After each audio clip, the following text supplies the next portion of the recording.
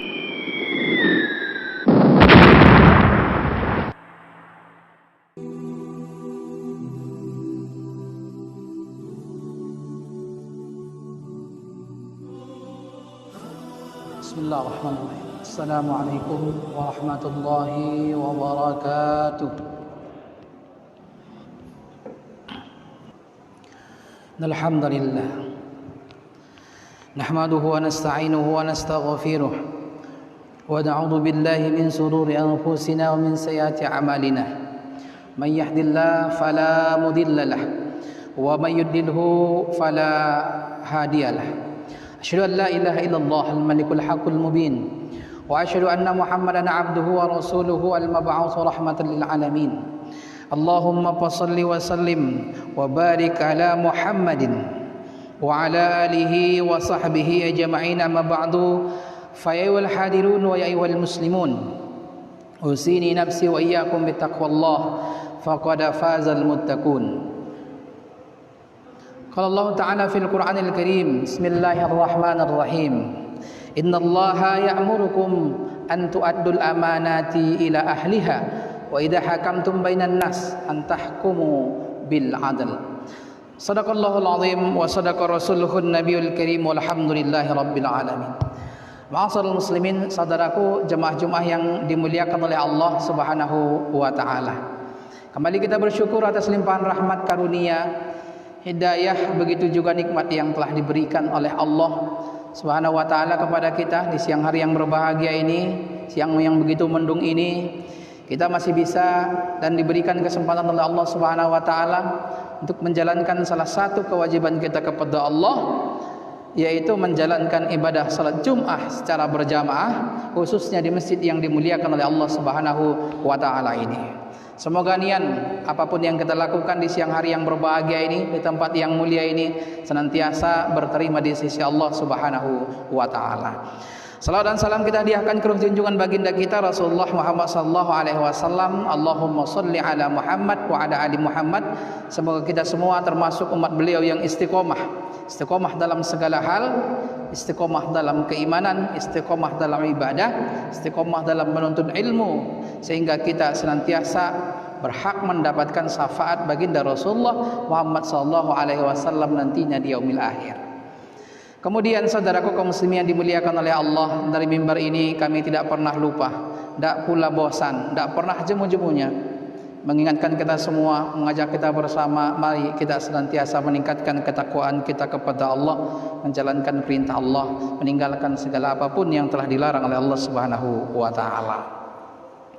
Saudaraku jemaah Jumat yang dimuliakan oleh Allah Subhanahu wa taala, izinkanlah kami pada kesempatan yang singkat ini melalui mimbar ini mengetengahkan khutbah kita yang berjudul Bukti Kecintaan Kita kepada Baginda Rasul Muhammad sallallahu alaihi wasallam.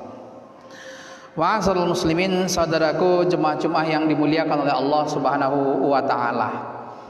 Barangkali saat sekarang ini adalah masih dalam kondisi suasana bahagia kita. Kita merasa bahagia walaupun dalam kondisi tidak normal, masih dalam kondisi ada pandemi COVID-19. Kita bisa beberapa hari yang lalu, beberapa minggu yang lalu atau bulan lalu, kita memperingati hari lahirnya baginda Rasulullah Muhammad sallallahu alaihi wasallam. Senang kita itu. Bahagia kita, Pak. Senang kita karena kita mampu mengulang kembali, mengingat kembali sejarah baginda Rasul, bagaimana kelahiran beliau, kehidupannya, perjuangannya, dakwahnya, menyampaikan risalah Islam, sehingga itu menambah semangat, menambah motivasi, menambah energi perjuangan kepada kita agar kita senantiasa istiqomah berada di jalan Islam ini. Oleh karena itulah saudaraku kaum muslimin yang dimuliakan oleh Allah, penting kita ingat ada beberapa hal yang harus kita ingat ketika kita telah selesai saat sekarang ini dalam kondisi suasana bahagia kita, senang kita. Apa yang harus kita ingat saat sekarang?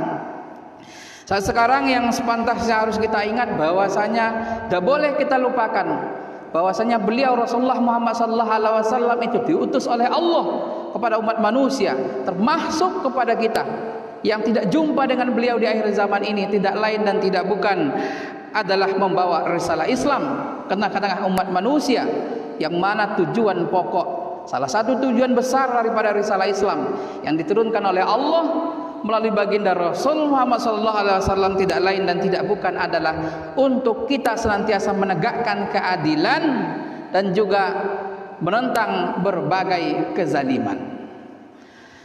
Nah, inilah saudaraku jemaah-jemaah yang dimuliakan oleh Allah Subhanahu wa taala. Dulu mungkin kita paham dan tahu, telah baca sejarahnya. Bagaimana dulu baginda Rasulullah SAW sebelum beliau dilahirkan, sebelum diutus oleh Allah Subhanahu wa taala menjadi seorang nabi, menjadi seorang rasul.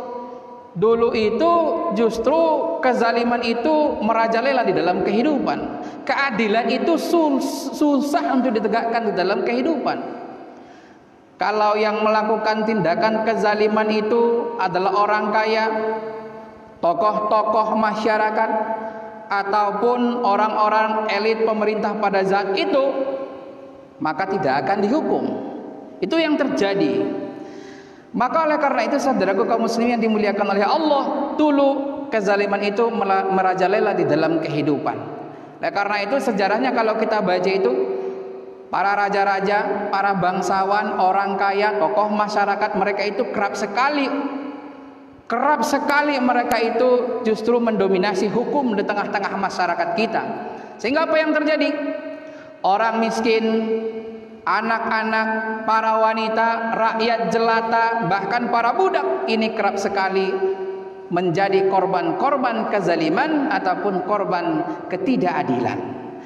Nah, oleh karena itulah saudaraku kaum muslimin yang dimuliakan oleh Allah, dalam kondisi seperti inilah baginda Rasul itu dilahirkan.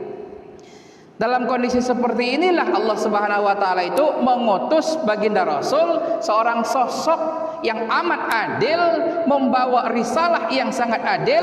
Itulah risalah Islam. Tujuannya adalah untuk menghancurkan berbagai kezaliman yang ada di tengah-tengah masyarakat pada ketika itu. Oleh karena itu saudaraku kaum muslimin yang dimuliakan oleh Allah, inilah sebenarnya hubungan antara kita memperingati Maulid baginda Rasulullah SAW dengan kecintaan kita kepada beliau, agar kita senantiasa menjadi orang-orang yang menjadi penegak keadilan dan juga menentang berbagai kezaliman di dalam kehidupan kita. Ma'asyiral muslimin, saudaraku jemaah-jemaah yang dimuliakan oleh Allah Subhanahu wa taala. Islam, agama yang kita anut saat sekarang ini, hendak obahnya itu bisa kita katakan adalah sebagai agama keadilan. Islam yang kita bawa ini, karena sesungguhnya Islam dan kaum muslim itu menentang berbagai kezaliman. Bisa kita lihat dimanapun ada tindakan kezaliman, siapapun yang melakukannya, baik dilakukan oleh individu manusia atau dilakukan oleh sekelompok orang masyarakat atau dilakukan oleh penguasa, maka sesungguhnya yang berada di garda terdepan melawan berbagai tindakan kezaliman itu adalah Islam dan kaum muslimin. Nah, oleh karena itulah saudaraku kaum muslimin yang dimuliakan oleh Allah, makanya dalam Al-Quran Allah Subhanahu wa taala memerintahkan kepada kita agar kita senantiasa bersikap adil. Tidak boleh kita bersikap zalim. Ada banyak ayat-ayat Allah Subhanahu wa taala menjelaskan kepada kita. Salah satunya itu adalah di dalam surah An-Nisa. Di sini ada dua ayat. Ayat yang ke-58 dan juga di ayat yang ke-135. Ayat yang pertama ini ditunjukkan oleh Allah Subhanahu wa taala kewajiban untuk senantiasa berbuat adil pada seorang penguasa. Dan penguasa itu harus adil terhadap rakyatnya, bukan cuma adil terhadap pengusaha yang punya banyak duit, tapi zalim terhadap rakyatnya. Nah, ayat ini yang pertama, ayat yang ke-58 di dalam surah An-Nisa disebutkan oleh Allah Subhanahu wa taala. Apa kata Allah?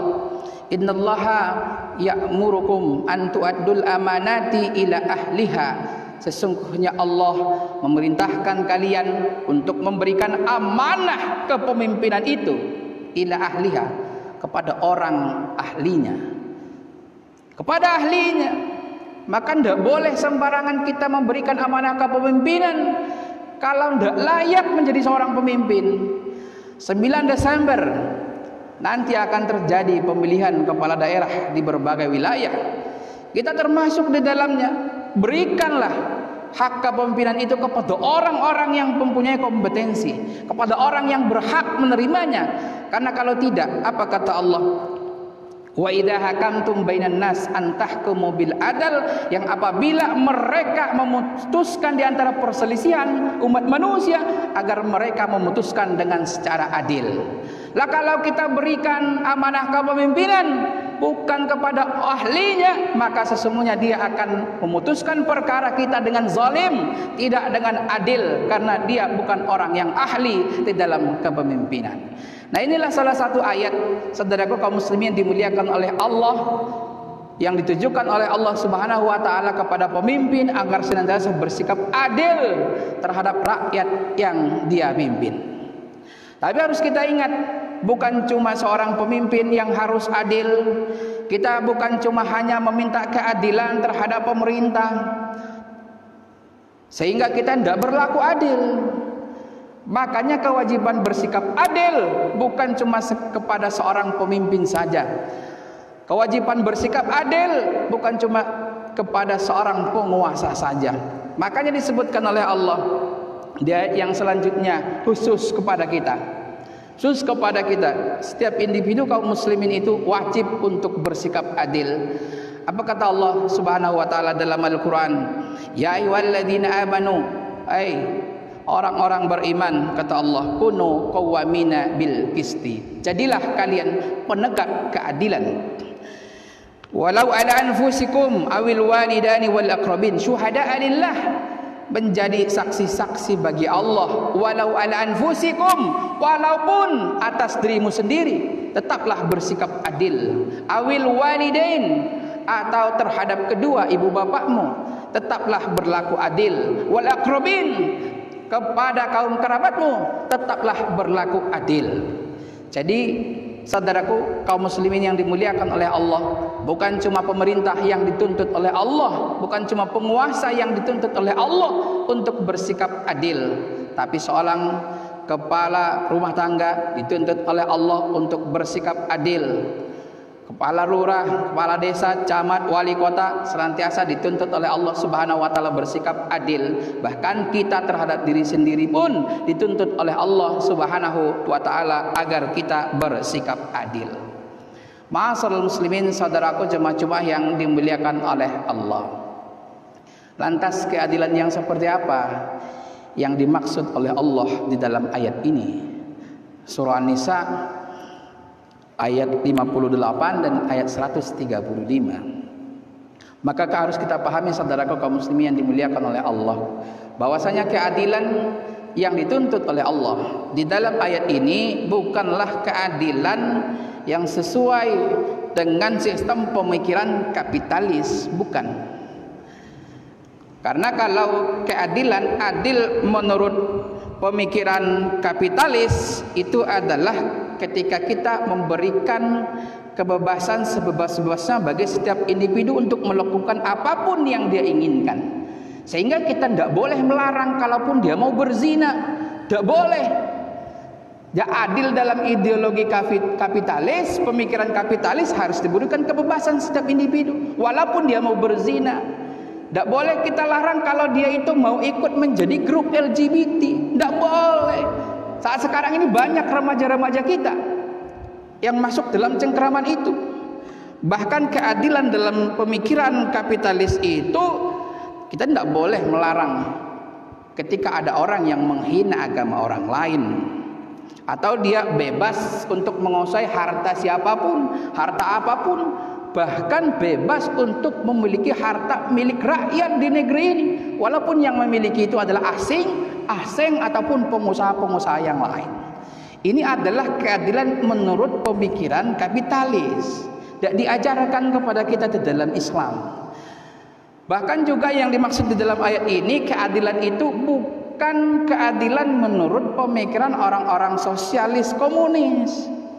Pernah kita dengar barangkali saudaraku kaum muslimin yang dimuliakan oleh Allah yang disebut dengan sama rasa, sama rata, adil. Adil yang disebut dengan sama rasa, sama rata, itu adil dalam pemikiran sosialis ataupun komunis. Nah itu tidak boleh. Sehingga anak kecil dikasih 100.000, yang tua-tua juga harus 100.000, sama rasa, sama rata. Itu bukan adil di dalam sistem Islam. Ma'asyiral muslimin, saudaraku jemaah Jumat yang dimuliakan oleh Allah Subhanahu wa taala. Maka adil yang dimaksud di dalam ayat tadi adalah harus sesuai dengan pandangan Allah Subhanahu wa taala. Maka dalam Islam adil itu lawannya adalah zalim. Jadi kalau dia tidak bersifat adil, maka lawannya itu berarti dia bersikap zalim. Imam Ibnul Qayyim Al-Jauziyah pernah menyebutkan maksud daripada adil. Beliau mengatakan bahwasanya adil adalah meletakkan sesuatu pada posisinya, atau menempatkan sesuatu pada tempat yang sepantasnya, pada tempat yang selayaknya. Sehingga secara pendeknya dalam Islam adil itu adalah sesuai dengan hukum Islam, sesuai dengan hukum-hukum Allah Subhanahu wa taala. Bahkan Ibnul Qayyim Al-Jauziyah ini adalah merupakan ulama yang kritis ketika ada kata-kata Allah Subhanahu wa taala penjelasan tentang pemerintahan yang adil. Dia juga menafsirkan maksud daripada pemerintahan yang adil adalah pemerintahan yang kembali berhukum kepada syariat Allah Subhanahu wa taala, bukan berhukum kepada hukum selain daripada perintah dan larangan Allah Subhanahu wa taala. Oleh karena itulah saudaraku kaum muslim yang dimuliakan oleh Allah, pendek katanya adil itu adalah taat kepada Allah secara sempurna, taat kepada baginda Rasul secara sempurna. Nah, itulah yang harus kita pahami makna daripada adil di dalam Islam. Saudaraku jemaah Jumat yang dimuliakan oleh Allah, lantas bagaimana dengan zalim? Kalau yang tadi kita dituntut oleh Allah Subhanahu wa taala untuk senantiasa bersikap adil, tetapi dilarang oleh Allah Subhanahu wa taala kepada kita untuk bersikap zalim. Karena adil lawannya adalah zalim. Yang harus kita ingat saudaraku kaum muslimin yang dimuliakan oleh Allah, bahwasanya bersikap zalim itu adalah merupakan perkara yang haram, masuk ke dalam kategori dosa besar. Karena dosa besar, makanya kezaliman itu adalah musuh umat Islam dan kaum muslimin. Bahkan Allah Subhanahu wa taala itu mengharamkan kezaliman bagi dirinya. Jadi Allah tidak pernah zalim. Ketika Allah mengharamkan kezaliman bagi dirinya, maka Allah juga mengharamkan kezaliman kita lakukan di antara sesama hambanya. Inilah dalam sebuah hadis kudusi Rasulullah sallallahu alaihi wasallam mengatakan, "Ya ibadi, wahai hambaku, inni haramtu zulma ala nafsi." Aku haramkan kezaliman pada diriku, kata Allah. "Wa ja'altuhu bainakum muharraman." Maka aku jadikanlah kezaliman itu haram di antara kalian, fala tazalamu, maka janganlah kalian saling menzalimi. Nah, oleh karena itulah saudaraku kaum muslimin yang dimuliakan oleh Allah, kita harus ingat bahwasanya kezaliman yang tertinggi yang dilakukan oleh umat manusia di muka bumi Allah Subhanahu wa taala ini adalah mensekutukan Allah Subhanahu wa taala. Dan termasuk di dalamnya kezaliman, dosa yang besar ketika tidak berhukum dengan hukum Allah Subhanahu wa taala, tetapi berkiblat terhadap hukum buatan manusia yang sebagaimana terjadi saat sekarang ini di dalam sistem demokrasi. Ma'asyiral muslimin, saudaraku kaum muslimin yang dimuliakan oleh Allah, inilah yang diingatkan oleh Allah kepada kita dalam Al-Quran, wa man lam yahkum bima anzalallah faulaika humuz zalimun. Siapa yang tidak berhukum dengan hukum yang diturunkan oleh Allah, maka mereka itu masuk ke dalam kategori golongan orang-orang yang zalim. Ma'asyiral muslimin, saudara jemaah-jemaah yang dimuliakan oleh Allah, inilah sekilas khutbah yang dapat kita sampaikan pada kesempatan yang singkat ini. Mari kita buktikan kecintaan kita yang hakiki, kecintaan yang sebenarnya kepada baginda Rasulullah sallallahu alaihi wasallam. Dengan apa? Menjadikan diri kita, setiap individu kita menjadi orang-orang yang senantiasa menegakkan keadilan dan menentang berbagai kezaliman yang terjadi di hadapan kita saat sekarang ini. Dan ingat, Keadilan tidak akan bisa tegak, kezaliman tidak akan bisa sirna kecuali dengan kita menjalankan apapun secara kafah yang telah diperintahkan oleh Allah Subhanahu wa taala dalam kehidupan kita. Barakallahu li wa lakum fil Qur'anil azim wa nafa'ani wa iyyakum bima fihi minal ayati wa dzikril hakim wa taqabbala minni wa minkum tilawatahu innahu huwal ghafurur rahim.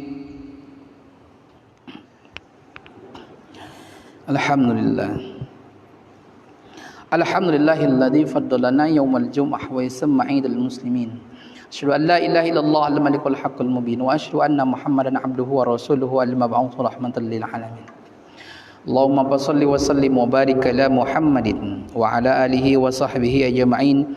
Amma ba'du fa ya hadirun wa ya ayyuhal muslimun usini nafsi wa iyyakum bittaqwallah faqad fazal muttaqun. Allah Ta'ala fil Qur'anil Karim Bismillahirrahmanirrahim Innallaha ya'murukum an tu'addul amanati ila ahliha wa idha hakamtum bainan nas an tahkumu bil adl. Qala ta'ala innallaha wa malaikatahu yusalluna 'alan nabi ya ayyuhalladzina amanu sallu 'alaihi wa sallimu taslima. Allahumma shalli 'ala Muhammad wa 'ala ali Muhammad warḍallahu 'ala arba'ati khulafa'ir rasyidin sayyidina Abi Bakar wa Umar wa Utsman wa Ali wa 'ala baqiyati sahabati ajma'in wa anit tabi'in wa tabi'it tabi'in wa man tabi'ahum bi ihsanin ila yaumiddin wa 'alaina ma'hum bi rahmatika ya arhamar rahimin. Allahumma ighfir lil muslimina wal muslimat والمؤمنين والمؤمنات الأحياء منهم والأموات إنك سميع قريب مجيب الدعوات يا الله يا قاضي الحاجات يا مجيب السائلين يا رب العالمين. ربنا افتح بيننا وبين قومنا بالحق وأنت خير الفاتحين. اللهم إنا نعوذ بك من البرص والجنون ونعوذ بك من الجزام ومن سيء الأسقام. اللهم إنا نعوذ بك من فيروس كورونا يا ربنا إن هذا سر فيروس قد مست الناس في أكثر البلاد. اللهم نفعنا عنا البلاء والوباء والفحشاء والمنكر ما ظهر منها وما بطن من بلادنا هذا خاصة Indonesia wa min buladil muslimin ammah birahmatika ya arhamar rahimin.